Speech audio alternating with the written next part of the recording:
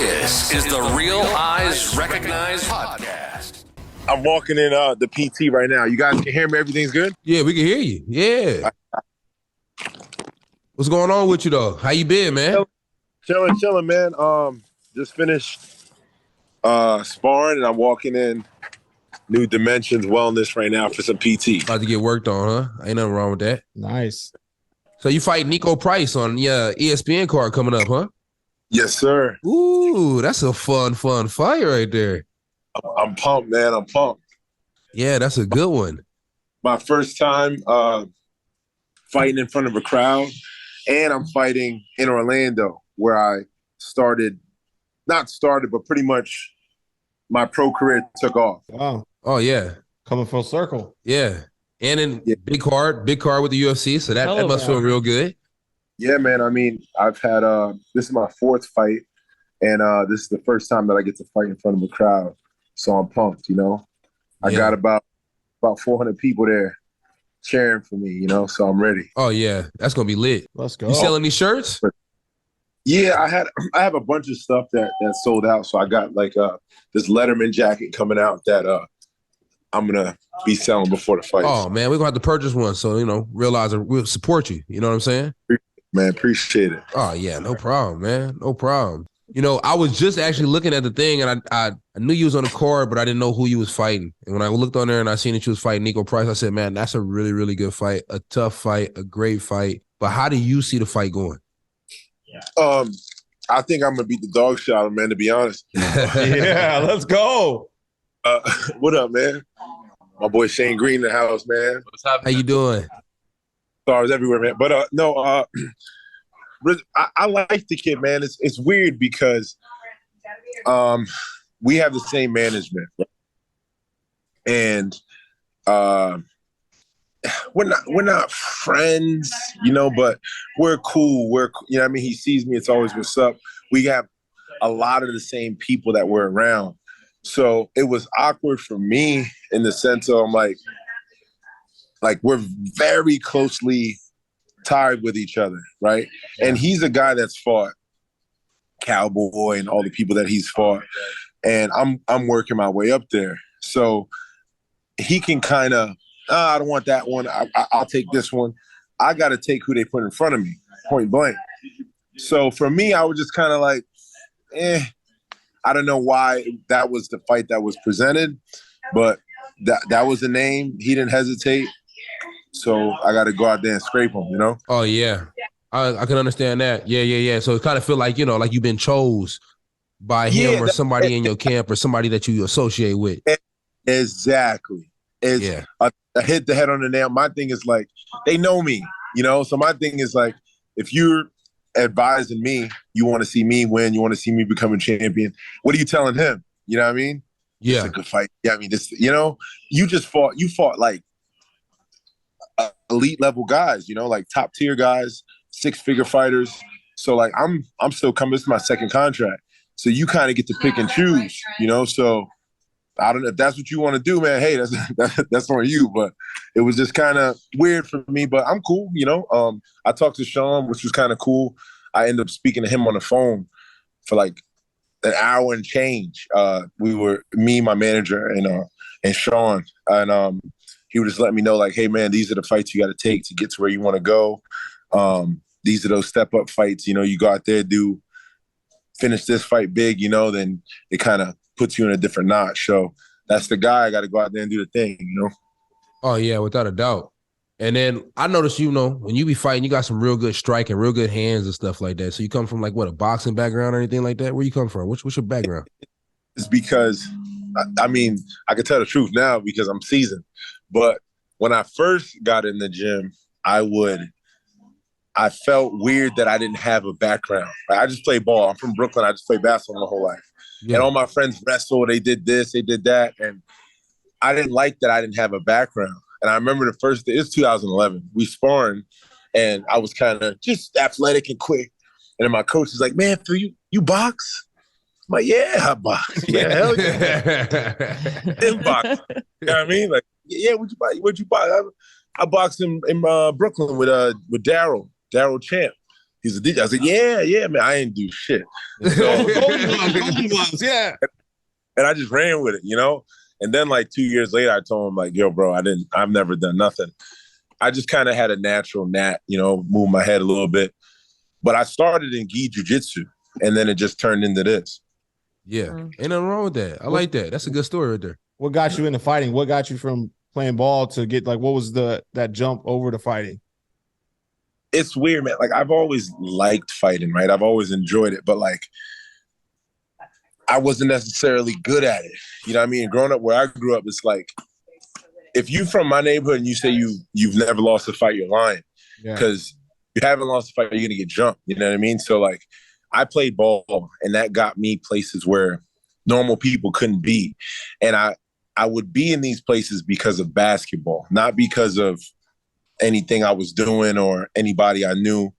And basketball would turn into, you know, you're talking trash on the court. Oh yeah. After go off, now it's different. But thankfully, because of basketball, it kept me safe for the most part, you know, because I'm the little goofy kid on the court, right? We're going back and forth, talking shit to each other. And then after the game goes off, it turns into something else in these type of neighborhoods. But luckily, since I was the ball player, it was always that. I get slapped around a little bit by somebody from the next neighborhood, the bigger OGs from cooking their little man, and then it is what it is. So I would get into scuffles all the time. I would say like every 10 fights, I'd win like 4 of them, you know? But I was always in some crazy places because of basketball. And I knew I wanted to fight, but to be honest, I didn't think I could do it at that level, you know? And all my friends in high school were wrestlers, and a lot of them were wrestlers. And then my buddy Tommy Yodi, he was like, Phil, man, you should come try to do this jiu-jitsu shit. I'm like, whatever. I came October 30th, 2011, my first jiu-jitsu class, and I never left. And then it just turned into this. Oh, yeah. Dude knows. That's nice. Yeah. That's nice. Yeah, so you found your niche. You just never look back. Yeah. You still ball, really, right? I'm a jitsu guy, man. People don't understand it. They will eventually, but that's where I'm the best. That's where I'm the most comfortable, is in my guard. You know what I mean? Like I really like grappling exchanges. That's what I've done most of my career. I've trained with Jacare Souza for a really long time. I've trained with Adolfo Vieira a really long time. People don't associate me with that, but that's the bread and butter of what I do for the most part. Yeah, but there's some legends too. There's some real high player jiu-jitsu guys for real. Yeah. So look, before we keep going deep into this, let's talk about some sneakers, man. So what's up, man? What's your top 3 sneakers, man? What's your favorite 3 sneakers right now, man? Man, I'm very stuck in my ways, man. I like Charles Barkley's my favorite sneakers, man. The 94s, the CB, the 94s I like. I would say that's easily my favorite sneaker. My second would be Air Max 97s. Okay. Yeah, Air Max. I would say my third would be, I just started buying Jordans. Like when I say just, like 4 years ago. Yeah. I've always been a retro basketball sneaker. And then I would say my third would be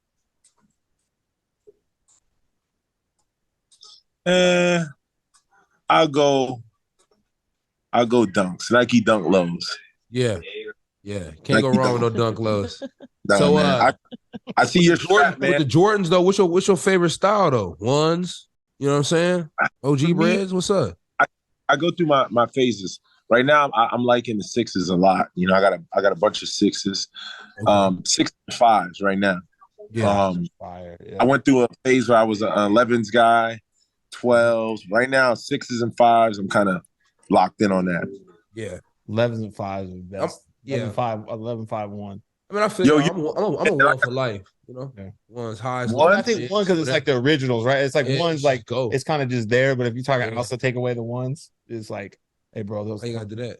Because like it's just saying like they're already you know that those are like the best, right? It's like basketball. You say who's better after Jordan? It's like Jordan's The GOAT. It's funny. I like the mids. Nobody likes mids, but I like mids. Hell no, man. I like mids, bro. 11 lows. They be having some good colorways. They do though. I like mids, bro. Prices, man, I can't wear those.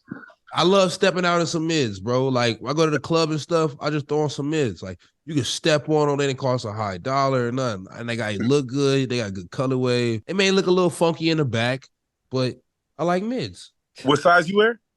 12 and a half, 13. Okay. Unless it's unless it's all white Fazos and I gotta wear a size 12 and those. Yeah. I don't know what it is. I actually the most pairs I have are ones. Easily. I like the ones. I went through that phase, but right now I'm liking the sixes a lot. That's dope, man. How you got that plug with Dana, man, with the kicks. That's fire. Oh yeah, man. I really don't even know. I think it started off, I bought him some rubber dunks, man. You remember when the rubber dunks was coming out? Yeah. Yeah, I bought him some rubber dunks, man, the green and black, because he had told me to buy the green car. And I was looking at it, I put it online, should I get it, yes or no? And he was like, man, get it. But, it's a lot of problems that come with them old schools. So I got it. And then when I got to getting into the car, I had bought some shoes for Mick, because at the time that was my matchmaker. And then I had bought some shoes for Dana. Bought him the rubber dunks because I had bought some to go with my car, and it was super comfortable. And I was like, bro, I know you love dunks. Got to try these out. And I still, to this day, I don't even know if he done wore them motherfucking rubber dunks or not. You know what I'm saying? You need to ask him. But yeah, I do need to ask him. I need to ask him if he wore any of them shoes. And you did it off the strength, the kindness of your heart, but that's just an amazing gesture for you, because his bank account go deep, you know what I mean? So if he ever, you know what I mean, there's something exclusive you can't get your hands on, you know what I mean? You're not gonna have a problem getting what you need, for damn sure. Well, I noticed, like we went out, we went to the shoe surgeon spot, and we seen some real cool kicks, and I really do like the shoe surgeon spot. They got some real fire, and my boys out here in Houston, with the Deaf of Dreams out the closet and stuff like that, Pony Boy, they make some fire kicks, man, and they had their own versions of the Chuckies that just dropped. They had their own versions of the Freddies, so I like they comfortable, bro. So I had to go get me a couple pair. I take a picture, send them to the boss, and I'm like, you like these? You know what I'm saying? A little different than the material over there, but did you get a pair for you or did you get a pair for your son? When I went, if I wasn't mistaken, he had just got them for his son. He didn't get none for him. So I went ahead and copped him some, and he was happy with them. So, we over here rocking them Deaf Dreams now. They rock good. So I do a good job of finding them exclusives, and I don't have a problem with getting them made too. Ain't nothing like getting a pair of shoes made. I get your customs. Yeah. Yeah, shout out to Dustin, man. That's my guy. He hooks me up. He's in North Carolina, I think he is, but he does all mine. Fire. Who? Say his name again? Daniel Custom is his name on IG. Yeah. I was like, yo, is his last name really Custom? He does custom kicks. I was like, that's meant to be, bro. I was like, I don't know. Good question. Literally today, it's old though. Will Harris tagged me in it. It's you and Jamal and Usman. I don't know. What happened with that? Oh, man. Wakanda. Wakanda forever. Yeah, man. Honestly, I don't know, man. I guess it was repercussions for something I had did a while back. They were saying something, you know what I mean? Yeah, and I was like, man, none of that shit don't mean nothing. And then Usman passed his water bottle to Ali. And I was like, okay. So then I passed my shoebox to my manager. And then he kind of looked like he was coming out his coat and shit. Like, damn, about time you took that ugly motherfucking coat off. So, I took my chain just in case. And then Ali's security guard, I don't know, I guess it's a little security, wherever the fuck that nigga is. Yeah, I thought he was from Wakanda, his damn self. He just started saying, oh. And he said some shit in another language. I didn't really understand what he said. Then all of a sudden they all lined up, they putting like this and shit. And I'm like, oh shit, I'm fighting Wakanda. So yeah, shit just changed real quick. But nothing happened though. So it was just a bunch of just smoke and mirrors. Yeah. Bunch of actors. I don't know if he peeped Jamal right there, you know what I mean? But he was kind of front and center too. I don't know if that would have went well for homie. I clicked on him. He was actually, because Will tagged me today. Will's my man. And I clicked on his page, and he actually tagged a little bit, that dude. Yeah, he what? I think he was like an amateur boxer or something, because I seen him on the bag a little bit. Yeah. He looked decent. I thought he was a big muscle type dude, but he actually moved around a little bit. But I don't think that it went well, you know. Nah, it wouldn't have went well. It ain't no MMA fight. It wouldn't have went well at all. And Sweet Dreams did though. Hey, bro, Sweet Dreams got front and center. Hey, bro, he was ready. Yeah, I mean, I feel like I had a few people there that had my back, so that would have been smooth. But I mean, overall, I'd have, you know what I mean? That big nigga ain't Chimaev. I'd have had a good time with him. You know what I'm saying? Word. Nah, that's funny. Well, man, like, what you said? No, what was you saying? Go ahead. No, I said it's cool, man. Like I said, I peeped, you know what I mean, a lot of these cats, man. And for me, I think there's the vast majority of these guys are weenies, bro. Like, and I stay in my lane, you know what I mean? I'm like, Phil, you got to go out there, you got to keep knocking people out. But like, the vast majority of these UFC guys, man, they can fight, cool. But outside of that, weenies, man, weenies, you know. And I see right through these guys. Yeah, so like, awkward personalities. Yeah, man. Like for me, it's like if you see somebody that you're on roster with, a peer, and you invade someone's another man's personal space. How you doing, man? Good to see you. Yeah, I mean, all these guys aren't like that. You know, to me, they're all insecure. They're very like, you know, they walk around and they're, you know, chest poked out. Vast majority of them, but to me it just shows that they're scared, you know, like it's like a handful of guys in this game that are normal, confident, respectable dudes, you know, and most of them, I would say 90% of them are not what they are online when you see them in person. Oh no. And even some hear about this a lot. Oh my goodness. Even some like I'm Yeah. tapped into so many of these guys. Like, I don't want to say names, man, but like, no beef. I see these guys, like, they be showing love. I see them, yo, how you doing, man? Good to see you. I'm like, bro, like, weenie. You know what I mean? Like, just weenies, bro. It's okay. You can say names. We won't tell anybody. Yeah, we won't tell anybody. It'll just be recorded for everyone to hear. So, you know, so whenever I see like guys, you know what I mean, like Kev for one, you know, Jamal, Philip Hawes, like, you know what I mean? I tip my hat, you know, just normal, confident, you know what I mean? Like, not with the weird shit, you know? So it's a lot of weirdos in the UFC, man. A lot. Yeah. I mean, that's why, you know what? I ain't gonna lie. That's why I like Dustin Poirier. Poirier, I feel like he solid dude. You know what I mean? Like, it ain't no, it's what it is. You know what I'm saying? Like, it ain't no fronting or nothing going on. What you get is what you get. You know? That's another one I forgot the name. I've known him a minute, way before he's where he's at now. The same cat, you know what I mean? Know me, like I just got to the UFC. I'll holler at you. Yeah, are you coming? Yeah, I'm trying to. Okay, just tap in. Hey, you better say pause before you say, "Are you coming?" Hey, yo. I was like, "This guy weird." I thought you were getting work. I was like, "What kind of work are you getting done? What kind of PT is this?" Nah, that was actually a picture for the Atlanta Braves. Oh, okay. Yeah, good dude. But is he coming? No. Who was coming? Let's clarify. And what PT shop is this again? Because if we're out that way. New Dimensions Wellness. My buddy Justin Cobb, he got a spot here in where are we? Dr. Phillips, Orlando. You know, there's a lot of athletes that come here, a lot of NBA guys, golf players, and a lot of cool people come here. But he hooks it up, get the alkaline water. Sauna, these people sticking shit in fucking acupuncture, all kind of shit. But it works. But I like that acupuncture, that needle. Yeah. I don't know. I just let him do his thing. I think a lot of it is just like fucking, I don't know. We're gonna go get choked tonight. I'm gonna fuck up everything he's doing anyway, you know. So it's yeah. You gotta time the like, PT right. You gotta do the PT and then chill for a few hours. You know. Yeah, it's just like I'm training tonight against really good grapplers. I'm gonna get hurt again, so just like ongoing cycle. Just go see him again tomorrow. Every day. 3. Are you waiting on me? I'm ready. Yeah, you can go ahead and do your thing, man. That was we right at the time limit, anyways, man. We appreciate you for coming on, man, and I can't wait to see you when we get out there for Orlando and the fights. And if you got any good food spots, go ahead and shoot it to me. Oh, I got you, man. Like I said, tap in with me. Fight week, I'm gonna take care of you, man. But it's gonna be live, man. It's gonna be live. I appreciate you guys. Yeah, good luck, man. We'll be out there, so we'll be cheering for you. They ain't got no clinics out there, right? What are you talking about? Like for green, like marijuana and stuff. Yeah, they got all that.